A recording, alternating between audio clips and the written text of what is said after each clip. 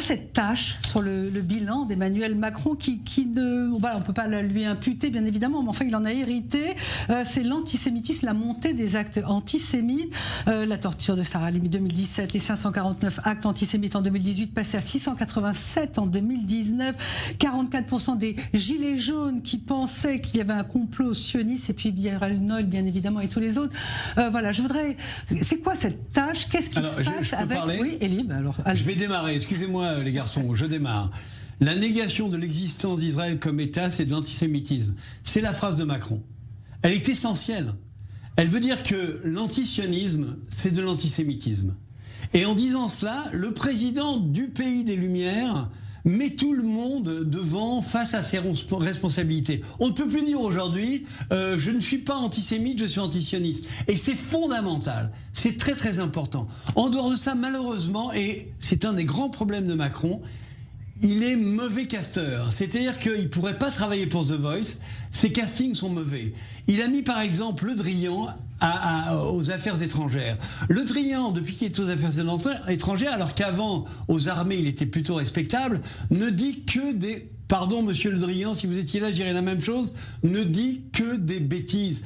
Il veut discuter avec l'Iran alors que ce sont des gens avec lesquels on ne peut pas discuter. Quand nous prenons 4500 roquettes sur la tête à Tel Aviv, il demande à Israël de mesurer sa réaction contre le Hamas. Non mais je rêve.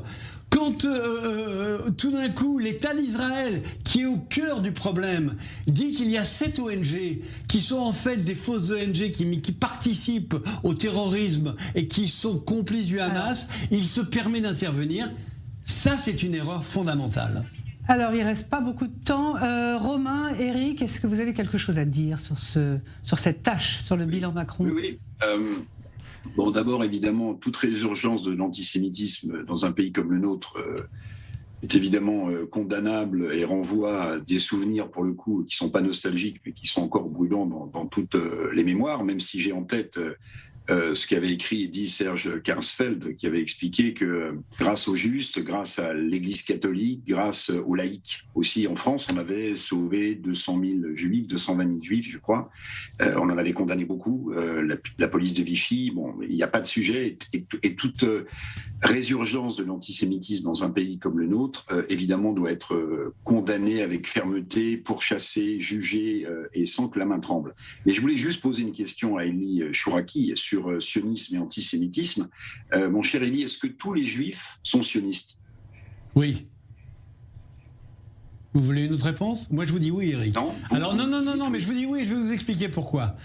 Intellectuellement, politiquement, dans une réflexion, certains juifs peuvent dire « je suis antisioniste ».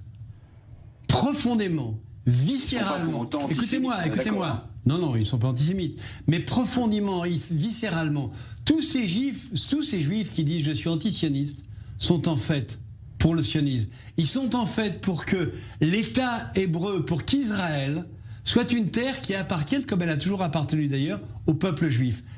J'en suis intimement persuadé parce que moi j'avais la même réflexion que vous, Éric. Je me disais oui, après tout. La question. Non, mais après tout, les anti-sionistes, pourquoi pas ? Eh bien, c'est faux. Et je voudrais bien l'avis de Romain, si vous pouvez lui demander son avis. Parce que je pense qu'il a des choses à nous dire sur la Palestine, peut-être. Oui, Non, pas toujours associé. Vas-y, Romain. Allez-y, Romain. Sur l'antisionisme. La tâche. Sur l'antisionisme, c'est sûr que c'est le faux nez de l'antisémitisme en France. Ça a été utilisé par Dieudonné et une partie de l'extrême gauche pour cacher une forme d'antisémitisme. Donc là, moi, je suis tout à fait d'accord que l'antisionisme a été petit à petit. C'est une façon de, comme dans les manifestations anti-vax, il y a marqué qui. Vous dites pas la phrase antisémite, mais c'est référence à ça. C'est pareil. Quand vous dites je suis antisioniste, ça veut dire grosso modo les Juifs à la mer où ils n'ont pas le droit à l'État d'Israël. C'est comme ça que ça s'est transformé peu à peu. Que ça soit une tâche, c'est une tâche pour nous tous, l'antisémitisme, cette poursuite d'Alain Finkielkraut par une partie des manifs de Gilets jaunes, par ces antivax qui ont ces affiches avec qui. Il y a quelque chose qui est épouvantable pour moi, et par un monsieur Zemmour qui remet en cause notre histoire nationale et l'histoire de la résistance.